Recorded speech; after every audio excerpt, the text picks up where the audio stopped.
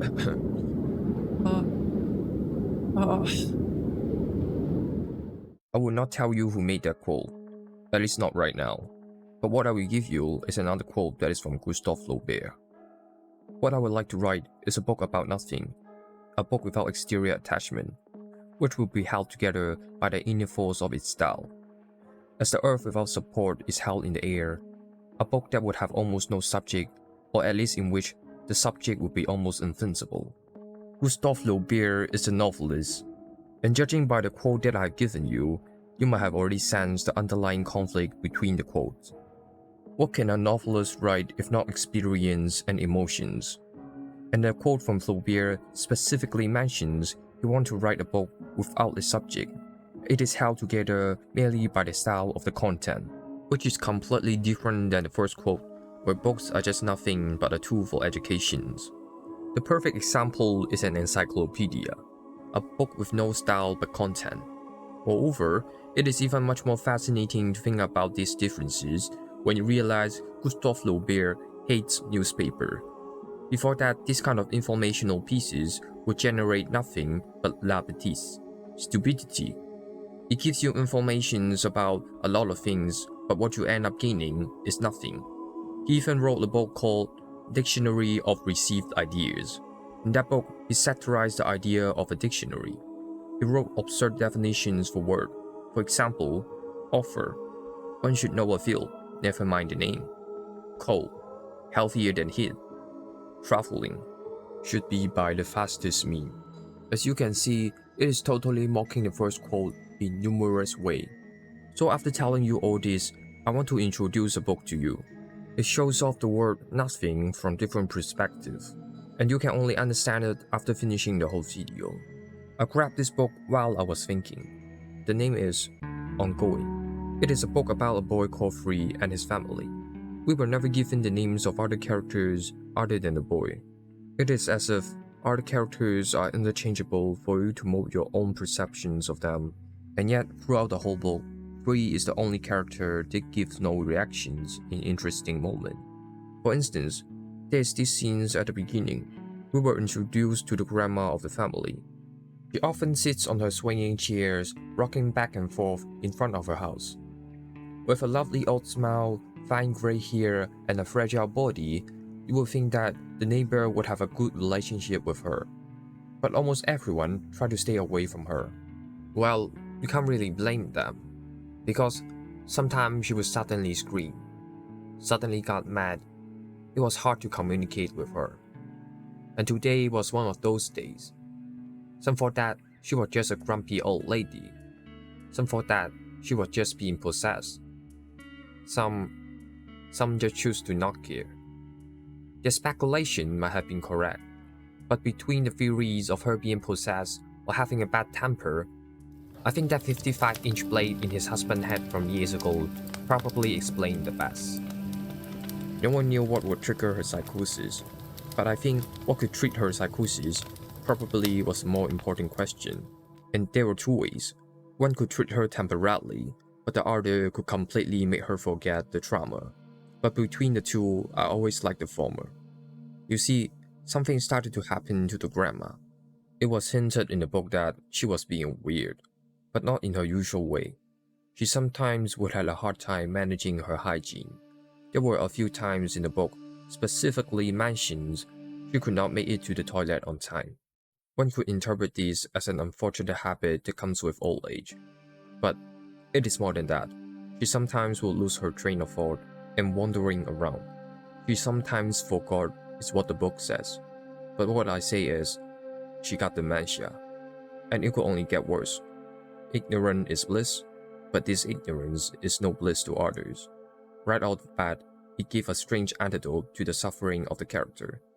Somehow, involuntarily losing yourself and your identity becomes the only way to truly cut ties with your past. Remembering nothing, being nothing. She was nothing. As for the other solutions, oh, he came. The boy saw his grandma's behaviors and yelled mom. With just this one word and nothing else, her mother understood the situations. His mother went into the kitchen, roughly counting the ration. 1, 2, 3, 4, 5, and started to sing with a high-pitched yet smooth voice. She would do that because that was part of the ritual, and she was a fortune teller. What she spoke was some form of local dialect that the boy still had no chance to grasp, but that was not important.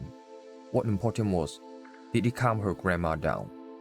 No one knew was it because his grandma also used to be a fortune teller, or simply because the beauty of her own daughter's voice. It was so mesmerizing that it calmed the noise of bloodshed and pierced through the stillness of nature. It was something that I definitely could not replicate. Anyway, that's just the start. While calming her mother down, another important part began. The birds started to come. Sometimes it would be Catechus wren, sometimes it was Verdin, sometimes Phytoplankton. And judging by the birds and their color patterns, the boy's mother would be able to predict if there would be good luck, what they should not do, how they should avoid the ominous thing, etc. etc. Usually his mother would be in the street seeking out whoever passed by as customers. But since there would be occasional episode of screaming and anger from grandma, the first business of the day sometimes relies on would there be someone lucky enough to walk past their house. At least in this way, the food wouldn't seem to be wasted. But if there really was no one, the boy's mother would also use this chance to pray and ask what would happen to the next monthly checkup. This was how their family tried to survive. In fact, most of the book unfolds around the stories of her mother's encounter when she was doing fortune telling, and Free just accompanied her. There never was any clear descriptions of why he was so obsessed with the ritual. The book never even gave details to the facial expressions of Free when his mother was conducting the ritual. What we do know is that he would look intensely. The miracle of his mother's voice, a voice that calms one trauma, the sequence of color from birth that foresee the answers for future. It was like a stage for performance, a stage for all question. When women or old men came by and asked, when will it end? Or, where is my husband? You would expect there would be a shot that focused on Free. But no, nothing happened. This reminded me of how Hayao Miyazaki wrote his character. For example, in Princess Mononoke, Prince Ashitaka was given a curse by one of the spirits in the forest. And in later part of the plot, we find out that Lady Oboshi was the one who injured the spirit that caused the curse. She was also the one who deliberately hurting the forest and spirit with her powerful weapons. In this moment of reveal, Ashitaka's cursed right hand was trying to kill Lady Oboshi. Even from the manner of Ashitaka, we could tell he was angry. But somehow, after a few exchanges, a man full of bondage revealed that he was also cursed, and he understood the anger. He asked Ashitaka not to take on the path of revenge. Lady Oboshi is the only one who would treat them like a human and not be scared of getting infected. After such an exchange, what we got is a cut. We don't get to see the reaction of Ashitaka and Lady Oboshi. It is as if the film doesn't want to inject its own value onto you by providing no sense of reference. The film seems to let you decide how we should feel the actions of Lady Oboshi. As for the boy, it is interesting to guess his reaction because it was wartime. Only the young, the old, and the women were left in the street. But unlike any other war, this time the government said this would be a war that has no true blood being shed. In the book, the war was always present, but nowhere to be seen. No one in the town has seen a single corpse, a bullet hole, or destructions. It's just something that was always coming, but never got close. The only problem was that the men were all gone. This included the father of Free, but they were not gone to war. You see, he was a man of science, or should I say, subject to science. The government said they were testing new technologies. They successfully invented a clone, but not just any clone, a clone inside your enemy. They were trying out their new technology to do thought extractions. They were able to extract your thought in the capsule, duplicate it once, broadcast it, and inserting it in the enemies. Throughout the whole process, you would be in a vegetative state, alive but not able to move. The government believed that, with the fervent love for our own land, the hope of reuniting with your family, the joy of gaining back your own body autonomy, the only logical way of what would happen after you gain access to your enemy was to kill yourself. One at a time, slowly but surely, it will all end. It will end all. No blood was shed. But what does these ideas even mean? In searching for it, does that mean you need to battle with the original owner in the mind? Would there be pain killing you every time? What if I knew I'm going to die anyway, but I got this new body? What if I have no family? What if I have no friends? What if he has family? What if he has friends? What if I become friends with you? But our discussion might be a bit ahead of time, because where was the war? No one has seen it. There never was any destructions, not a single bullet hole, not a single corpse. Somehow the idea of thought extractions remind me of Hiller cell. It is a special kind of cell. It was so useful that it contributed to the eradication of polio, helped in a number of cancer studies, participated in space microbiology. What's more fascinating is that Hiller cell is the first human cell to be successfully cloned, and it is immortalized. It could replicate itself endlessly. But ironically, this cell was derived from cervical cancer cell, an immortalized being with destructive behavior. This mutant ended up devouring its host, Henrietta Lacks. Her body betrayed her. She died in October the same year as her diagnosis. Unbeknownst to her, some sample of the cancer cell were taken. The euphoric joys of many established their way on the sacrificed body. The body snatchers found the goal using pap smear, and they located the goal within that 15.7 micrometers. This incident would be unknown to many, even her family, until decades later. This was the story of Henrietta Lacks, a story about her murderer becoming a hero, and she died as nothing on her unmarked grave. So the question is, will I kill myself? Who will be that nothing? Going back to Free and his mother, we learn more about the situations a few chapters in. We were told that there would be a monthly checkup. The government needed to get whatever was useful for the warfare. Each and every time when the official came, Free would hear the same knocking pattern and footstep under the wooden floor. He never locked eyes with him, because he knew that he was barely ripe. The only thing that would be locked was his future. And after a few more such encounters in the book, we got the precious scenes where the boy seemingly expressed himself. Why bird, Mom? Because they have wings, yet they live on land. I want to grow up quicker. Why, kid? I want to sing as you do. His mom replied joyfully, there's a reason why I can't teach your dad to sing as I do. The next thing we know was that it was another one of those rituals. 1, 2, 3. Okay. Her mother sprayed the food onto the ground. The birds were coming as usual, but out of nowhere, something came out. It was like a mirage. At first, it seems like a strange figure had 10 eyes, 8 arms, and 8 legs. But the strange shape of the figure seems to fade away after it blended in with the frightened flying birds. She slowly approached the mother and the son. Then the mother asked, is there a problem? The woman who wore a white blouse and blue dress introduced herself as a cryptozoologist. She was trying to find a creature that has color which was never seen before. And soon after she said that, her eyes were filled with golden shimmer. You, boy, can I have a closer look? She was pointing to none other than Free. You might be the one I'm looking for. Free's mother asked, why?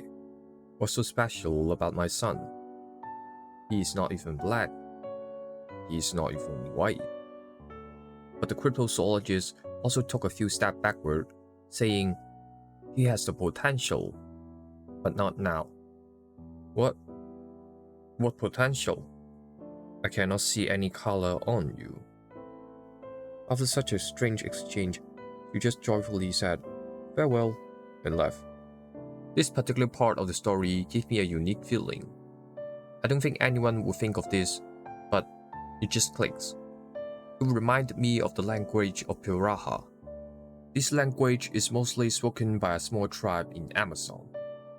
And what's so special about it, according to Daniel Everett, is that he claimed the language of Piraha has no concept of number. They cannot count. They do not have concept of past and future tense, so they always focus their life on the immediate moment. Everett claimed that their language hindered the way they engage in abstract thinking. And originally, when he went to Amazon, he wanted to spread the message of Christianity. But whenever people asked him, have you ever met Jesus? And he just said no, the conversation would just end. Everett realized they just care about what they can see in front of them. He went there hoping to spread his faith to make their life better. But he found out they are one of the few happiest people on earth. The very simple questions of have you ever met Jesus turned into questions of his own belief. He claimed after such encounters, he became an atheist. A lot of both statements and observations were only given by Everett himself. And we all know, science is not that simple. Is it really true that the way of life of the tribe hinder abstract thinking is something that is hard to establish? And I have heard they simply need more evidence to prove it. But for once, wouldn't it be great to think that such unique people exist? Do I even really want to know the truth? Could this limbo of fantasy be in between the gap of what it could be and what it is? And did I mention the language of Piraha has no word for color? As the war dragged on, the checkup turned from monthly to bi-weekly, and from bi-weekly to weekly. It was only a matter of time before it would turn into daily. The resources around also became scarce. Food would run out sooner or later. With only a few chapters left, the mother decided to risk it all. She needed to move to somewhere else. Somewhere they have never been before. They needed to stay there until the war was over. So they started their journey. They walked for days and nights. Slowly, the environment changed. Everything around them became white. It was so cold. It was something they have never experienced before. They struggled a lot. With such hardship, the mother decided to use her good old-fashioned to solve the problem. She needed to decide where did she stay. 1. Okay. Then she sprayed the food around and started to sing with a miracle voice. Those birds have color that you have never seen before. Free's mother, instead of saying out what she foresaw, just stood there, petrified. What's wrong, Mom? She sat motionlessly. I don't recognize the bird. I don't know what they mean. Like mist, like rainbow, the bird flew away without a touch. It was too late to go back. One must go on like time. As the story progressed, a slow burn of uncertainty simmered into her head. And in the final act of the story, his mother walked out of the camp. She walked deep into the land without knowing was she running circle or not. She just hoped with the little food that she had left, she could find the sign. She wanted to see the right bird, the right color.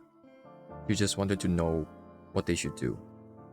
Next thing we knew, she was lying on the ground. She was discovered by the boy and his grandma. There was no recovery from that. She passed away. Facing such sudden death, it triggered the memories of her grandma. She screamed and screamed, dancing fanatically around her daughter. With her deceased daughter lying down, who could stop her now?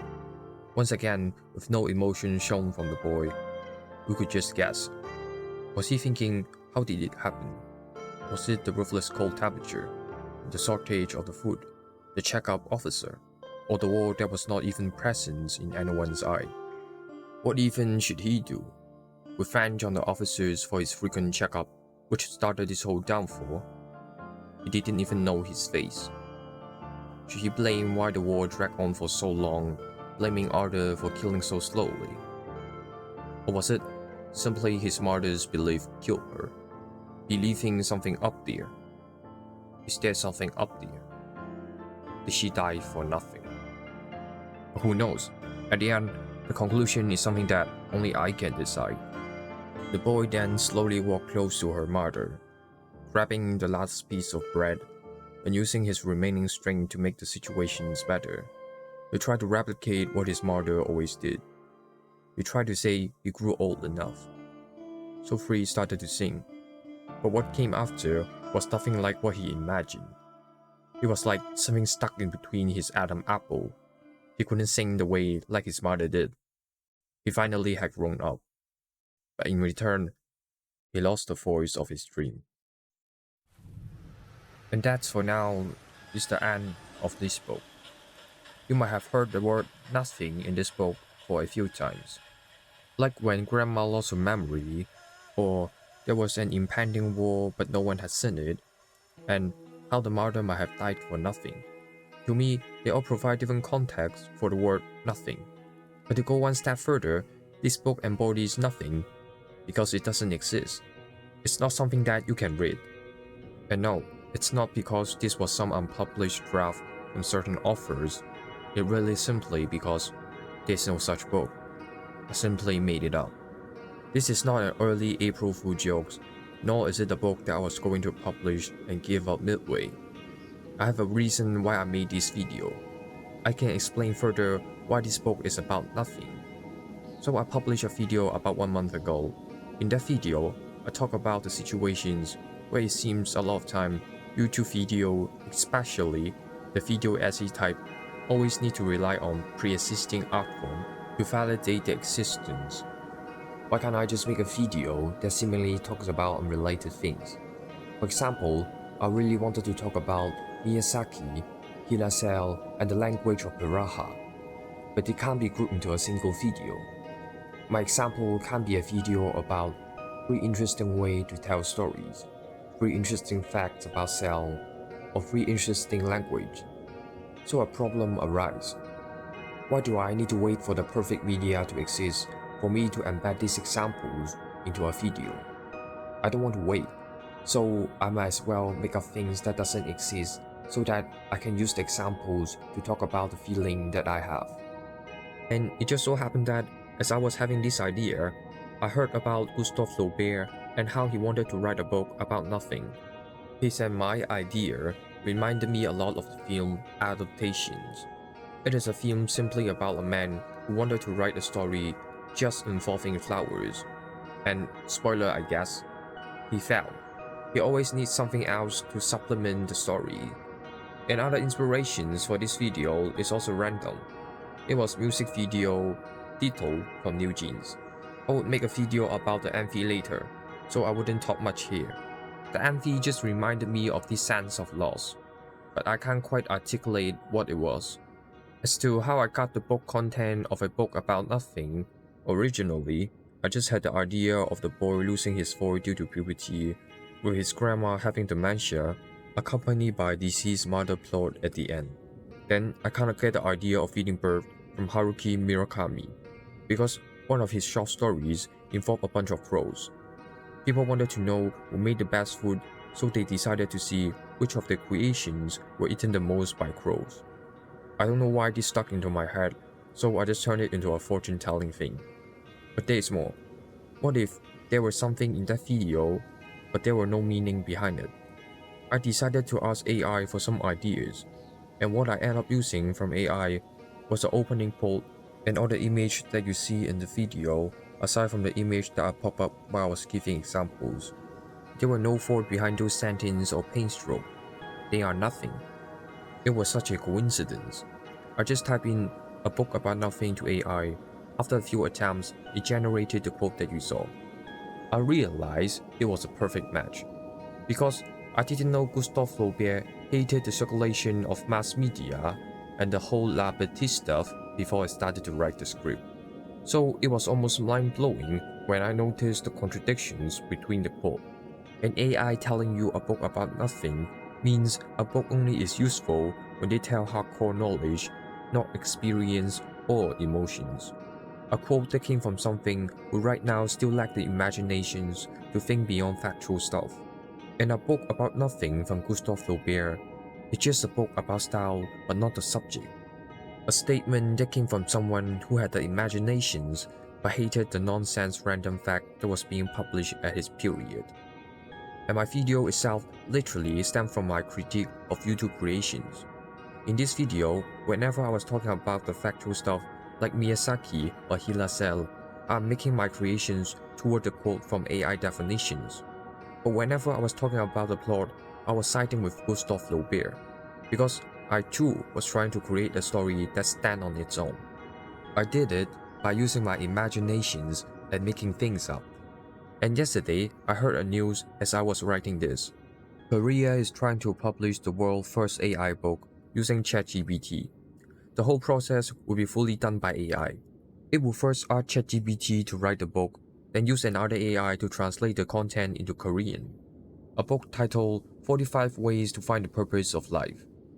If Gustave Flaubert were to be alive, he would have found much irony in this book ideas. It truly is La Bêtise. What a time to be alive. So I know I'm a bit late to talk about the earthquake in Turkey and Syria because I need time to make videos, but it could still be great if you could donate it now. I included a charity that help children in those areas. And yeah, that's it. That's the end of the video. Please like and subscribe and hit the notification bell. See you